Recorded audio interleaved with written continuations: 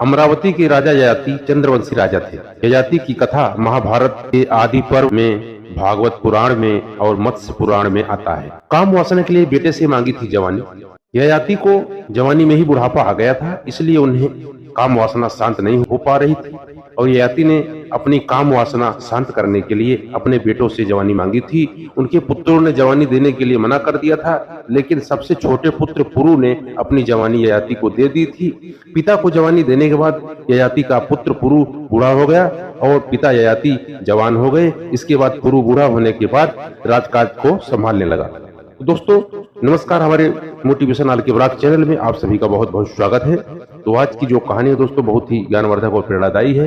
ये कहानी हजारों साल पुरानी हमारे पुराणों की कहानी है और सत्य घटनाएं हैं सभी। तो आप लोग बने रहें, आप लोग कहीं मत जाइएगा दोस्तों। आप लोगों से मेरा निवेदन है कि वीडियो को आप लोग पूरा देखें। तो ये क्यों बूढ़ा हो गए और क्या हुआ था जिसकी वजह से इनको श्राप मिला और ये सब कांड हुआ, ये सब मैं आपको भी वीडियो में आप लोग जानने वाले हो। अमरावती की राजा ययाति की शादी देवयानी के साथ हुआ था। देवयानी शुक्राचार्य की पुत्री थी और देवयानी को गर्भवती करने के बाद अपना समय कठिनाई के साथ व्यतीत कर रहा था। ऐसे में एक दिन देवयानी की दासी शर्मिष्ठा पर उसकी नजर पड़ी। शर्मिष्ठा कहने को तो दासी थी, असल में वो भी एक राजकुमारी थी जो अपने पिता द्वारा कहे गए वचन के कारण एक दासी की हैसियत से महल के बाहर एक कुटिया बनाकर रहती थी। एक दिन उचित अवसर देखकर ययाति उसकी कुटिया में आया और देखे तो शर्मिष्ठा भी कम नहीं थी। वह भी मन ही मन बदले की भावना को दबाए राजा की इच्छा पूरी कर दी। ये पहली बार ययाति ने अपनी पत्नी का रूल तोड़ा था, लेकिन ये सिलसिला यहीं थमा नहीं दोस्तों। ययाति 3 वर्षों तक भोग करता रहा और शर्मिष्ठा को 3 बार गर्भवती किया। जब इस बात की भनक रानी को लगी तब वह एकदम से क्रोध में हो गई और रोने लगी।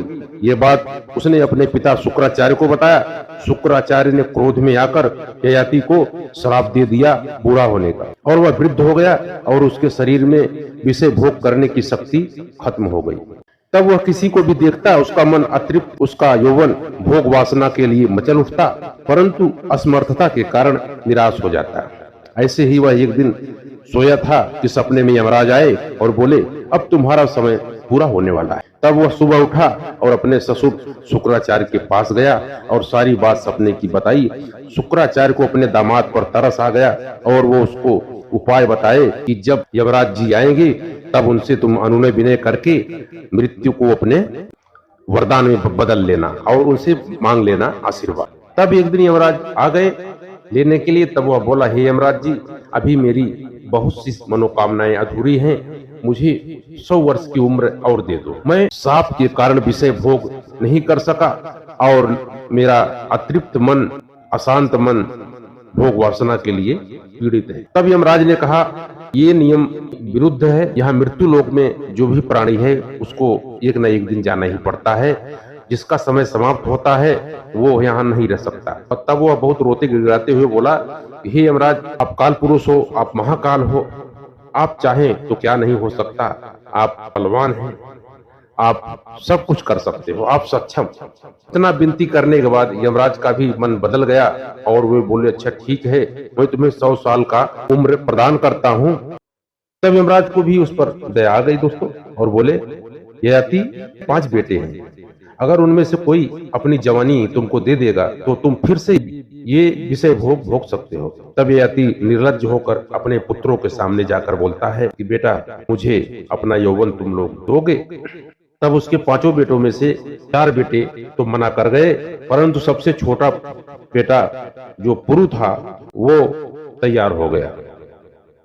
तब यमराज जी बोले, क्या तुम इतना बड़ा त्याग कर रहे हो, अपने पिता का बुढ़ापा ले रहे हो, अपनी जवानी उनको दे रहे हो? क्या तुम्हें दुनिया का सुख भोगने की इच्छा नहीं है? अभी तुमने दुनिया देखा ही कहाँ है? तब वह बेटा बोला, ये तो सब पिता का दिया हुआ है, मेरा शरीर भी तो पिता का ही है, यदि इनके काम आ जाए तो हमसे बड़ा भाग्यशाली और कौन होगा। और ये जो विषय भोग हैं, संसार की ज्यादा आसक्ति ठीक नहीं है और यह मैं पिताजी को देखकर समझ गया हूँ, कल मेरी भी यही दशा होगी। और ऐसे ही विषय भोग भोगते भोगते कब 100 साल बीत गए मित्रों, पता ही नहीं चला। फिर एक दिन यमराज जी उसको लेने के लिए आ गए। फिर वह अतृप्त यौवन का हवाला देकर फिर 100 साल की उम्र मांग ली। ऐसे ही वह 9 बार किया और इस प्रकार से दोस्तों 1000 वर्षों तक से वासना का भोग किया और फिर भी उसका अतृप्त मन थक गया। बेटों की जवानी लेकर भी वह से उसको तृप्ति नहीं हुई, काम वासना से वह तृप्त नहीं हुआ। तब वह समझ गया यह संसार का माया जाल है, जो इसमें प्राणी फंसकर बस नट मरकट की तरह घूमता है। फिर वह अपनी बची हुई जवानी जो है अपने बेटा पुरु को दे देता है। वह बेटे को बताया दिव्य ज्ञान। दोस्तों जो मैं बात बताने जा रहा हूँ वो बहुत बड़ी बात है, आप लोग ध्यान से सुनिएगा। तब ययाति ने से वैराग्य धारण कर लिया और अपने बेटे को दिव्य ज्ञान दिया। ययाति ने कहा, भोगों को हम नहीं भोग रहे होते हैं, भोग हमें ही भोगते हैं। जिस तरह घी डालने पर आग और भड़कती है, उसी तरह पृथ्वी पर जितने भी अन्न धन स्वर्ण पशु और स्त्रियां हैं वे सब पर्याप्त नहीं हैं। जीव की तृप्ति किसी वस्तु से नहीं हो सकती। इसलिए अब हम तपस्या करने जा रहे हैं। और तब ययाति ने दुनिया से वैराग्य धारण कर लिया और दोनों पत्नियों सहित सिंह तुंग पर्वत पर तपस्या करने के लिए चले गए और स्वर्ग को प्राप्त किए। तो दोस्तों आज की ये कहानी आप लोगों को हमारी कैसी लगी? यदि हमारा वीडियो आपको अच्छा लगा हो तो हमारे वीडियो को एक लाइक कर देना और चैनल को सब्सक्राइब करके बेल आइकन को प्रेस कर देना। ऐसे ही ज्ञानवर्धक प्रेरणादायी वीडियो देखने के लिए हमारे चैनल पे आप लोग जुड़े हैं, आपको हमेशा ऐसा मिलता रहेगा। दोस्तों मिलते हैं अगले वीडियो में, तब तक आप लोग खुश रहो, मस्त रहो, आनंद में रहो। जय श्री कृष्ण मित्रों।